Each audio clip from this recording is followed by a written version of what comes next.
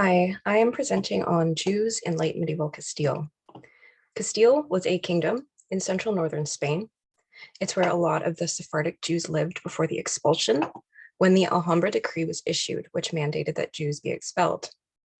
In 1478, they issued the Inquisition, and a common historical explanation is said to be because the conversos were suspected to be pretending and would revert back to Judaism. But it was far more complicated than this, and this event follows a long historical legacy of Jews and Christians living near each other with a high degree of not just peace, but collaboration.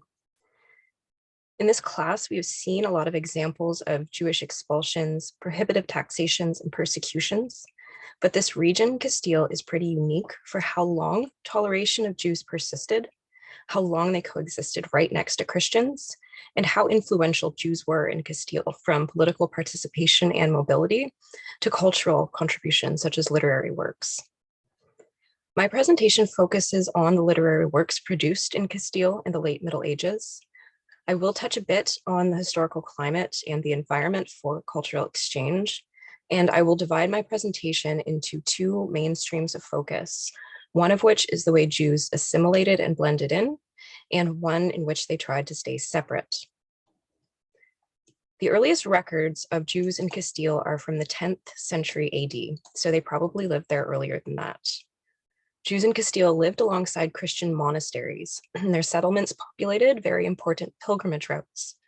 So there was prolific cultural exchange, which is apparent in regional literature, so much that Jews were writing verse in a style normally used exclusively inside Catholic monastic schools. So this situation was not a clear case of Jews arriving somewhere as this alien and outsider. Instead of a clear-cut narrative of persecution or monolithic discrimination by the dominant group, there was an exchange, and they were co-creators of culture. Jews were coming out of and still engaging the Arabic Islamic host culture, and their settlement in Castile was during the Reconquest. So it was politically liminal, and even if the dominant culture was Christian at any given time, many Jews, namely in Al-Andalus, were still engaging texts in Arabic. Despite papal bulls, Jews were not really disturbed by the clergy, nor by the government. There weren't many efforts to convert, for example, until near the time of the Inquisition. This was largely because they represented a very lucrative financial stream for both the crown and the church. And this is largely because of the Reconquest, the ever-present threat of war, and ongoing military campaign against Islam. Castilian Spain had a culture of chivalry and a way of life that was strongly guided by warfare and enforced by violence. It was how the people had a voice in their government and guaranteed their right to political power. It was this kind of violence-enforced populism that ultimately built the momentum that led to the expulsions, but that took a long time, 600 years at least. So when we think of a culture of chivalry, we tend to think of courtly behavior, codes of conduct, romances with magical swords, but for Castilian knights, the culture of chivalry was grounded in warfare, including it being normal for Christians to kill other Christians. And knights still received their last rites after having done so, so it was barely even frowned upon. Despite this culture of violence, Jews coexisted with Christians and thrived. The Castilian monarchy from the 11th century had a need to attract settlers to the royal lands in the north. Jews represented a huge potential income stream, so that by the mid-12th century, Jews had become property of the royal fisc and were considered tenants of the crown, which conferred royal protection. Along the road to Santiago, Jews settled in fortified villages or semi-urban communities, had very profitable businesses and owned a lot of property, and more poured in for opportunities. Their prosperity was unmatched, not located in one region, but spread out like a web. The intensifying Reconquest put the Jews into a favorable position, since they were not in conflict with Islam the way that Christians were. And in fact, this period followed what is referred to as the golden age of Jewish culture in Spain, a period where a lot of scientific advancements, philosophy, and literature were produced and translated from Arabic. And the literature from this period came to influence Castilian literature. Jews did fight against Muslims occasionally, such as in Toledo in 1197. Jews defended it from siege, left its safety to confront Almohads in the battlefield. And there are also notable military figures, as well as some battlefield poetry composed in Hebrew.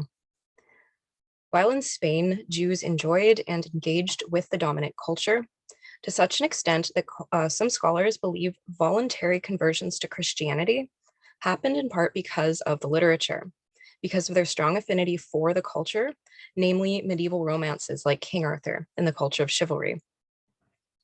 Jews even had a Hebrew version of King Arthur called Melech Artus.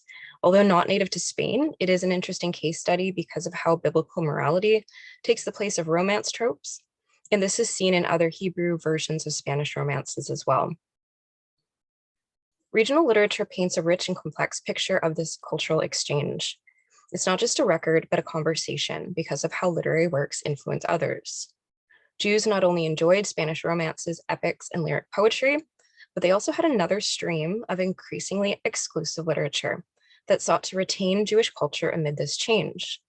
So on one hand, you have Jewish participation and assimilation, and on the other, you have a force of rejection of the dominant culture and the attempt to maintain and expand on this tradition. The word Kabbalah means tradition. Castile is a unique and important region because it is one of the earliest places where Kabbalah was circulated. One of its first locations of study outside France was Toledo, which is right next to Castile, and it soon spread in Castile. The Zohar, a work of Kabbalistic literature that came shortly after, which expands on the mystical aspects of the Torah, originated in Castile. This increase in insularity also coincided with the detachment of Spain from the Islamic world and its new attachment to Europe in the 13th century. Prominent figures emerged in Kabbalistic scholarship who were trying to bring about the Jewish reorientation towards the halakhic tradition, although it was complex because Jews were both steeped in Arabic learning and the traditions of Andalusian Jewish culture, and because of their connection to Europe. In the introduction to the Zohar, the writer Sahula expresses hope that by disseminating these secrets in a beautifully poetic and subtly coded manner, his readers would become proud of their Jewish heritage. He argues, perhaps they shall be drawn towards the root of my meaning, and as by a shepherd's goad, they shall remove from their hearts the books of Homer, heretics, and Epicureans. If you recall Moses Mendelssohn, there was a similar conflict in the 13th century with the philosophy of Moses Maimonides, who can be categorized under philosophical rationalism. The anti-rationalists and mystics were trying to push people away from philosophy and towards following the commandments, and a major topic was the imminent arrival of the Messiah. There were apocalyptic overlaps between Christians and Jews during this time. The messianic movements in Judaism resulted in conversions to Christianity. In 1295, there was one instance recorded by a Jewish doctor and later Christian convert who wrote that Jews assembled in synagogues dressed in white garments awaiting the Messiah, and their garments were later miraculously marked with crosses. What I find interesting about the cultural climate of the Kabbalah, as well as the book of Castilian mysticism, the Zohar, are the similarities between these texts and apocalyptic visions of local Christian mystics, as well as their coherence with Christian religious concepts. Again, the Jews were right next to clergy in these settlements, and this kind of exchange was not new to Europe. There is a lot of evidence, for example, that Jews influenced the original King Arthur story, and this is because Christian clerics also knew midrashic materials, and the early church fathers studied Hebrew with the rabbis. Christian symbols and teachings probably influenced key concepts in the Zohar, including the threefold Godhead, the Christian version of which is the Trinity, and the style of interaction between the human and the divine through mystical emanations, which, according to one scholar, shares a lot of similarities with the Christian belief in the intercession of saints. There is a lot of influence and exchange going on during this time, even in examples where Jews are intentionally fostering traditions to get away from Christian influence. There is also intense collaboration between Christian and Jewish scholars, intentionally under King Alfonso X, in which Jewish works were extensively translated into Castilian, including the Torah, the Talmud, and pre-Zoharic Kabbalistic works.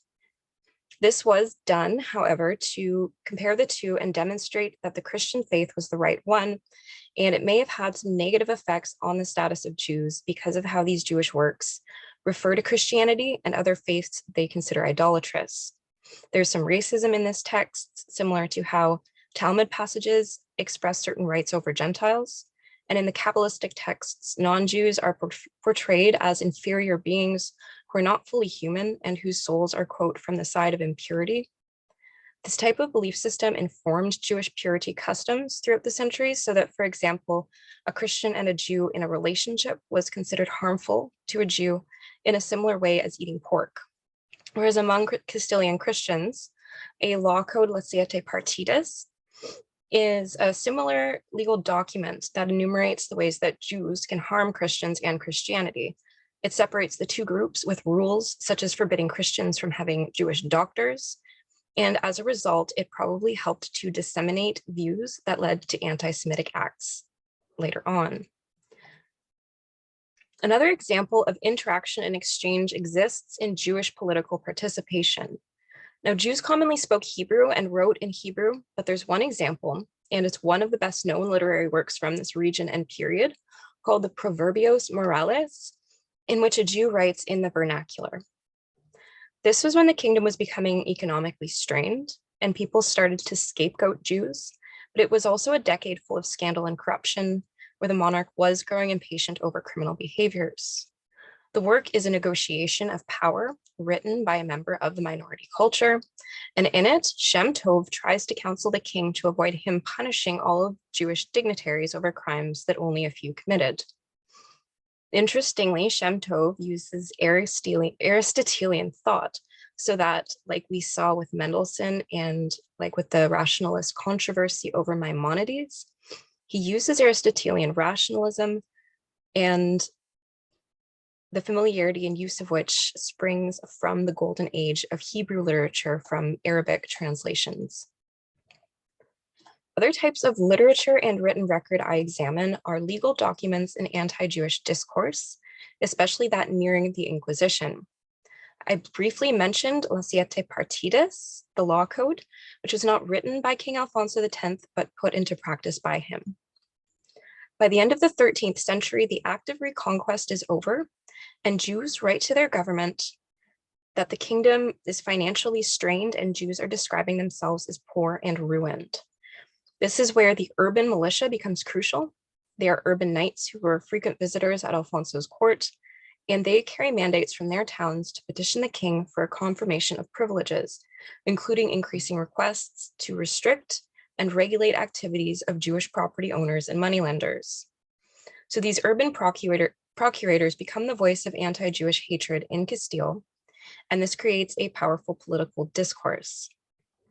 Because the Jews of Castile are still under royal protection and considered tenants of the crown has to be innovative in finding a new source of authority to counteract these mandates. The result was the adoption of the Siete Partidas. The law code was ideological in nature, and it was influenced by past events and legislation. These newly established laws were modeled on Roman law code and influenced by the interreligious relations between Christians and Jews in other areas of Europe. The law was broad and sweeping and included harsh punishments towards Jews for stepping outside of the bounds of the law, including strict partitioning between Christians and Jews, and the adoption of laws like the death penalty for Jews stepping outside of their homes on Good Friday. Money is tight in the late 13th century. The monarchy forced the Jews to call in debts, and as a result, the Jews attempt to collect loans from Christians with the assistance from special officials who could take debtors to court, imprison them, or confiscate their property. As a result of the need for legislation, Castile developed cogent political anti-Jewish discourse, much like how Nazi Germany saw the resurgence of anti-Semitic stereotypes. Century-old stereotypes were being called into recent register, and literary works and polemics described Jews as bleeding out Christians and claiming they desecrated the Eucharist and so on. And it spiraled on and on largely because there was an audience for it when urban representatives gathered to draft petitions before the upcoming meetings of the Cortes. These Cortes petitions can be traced until the end of the 14th century, and pogroms of 1391, and that leads up to the Inquisition. Thank you for listening to my presentation.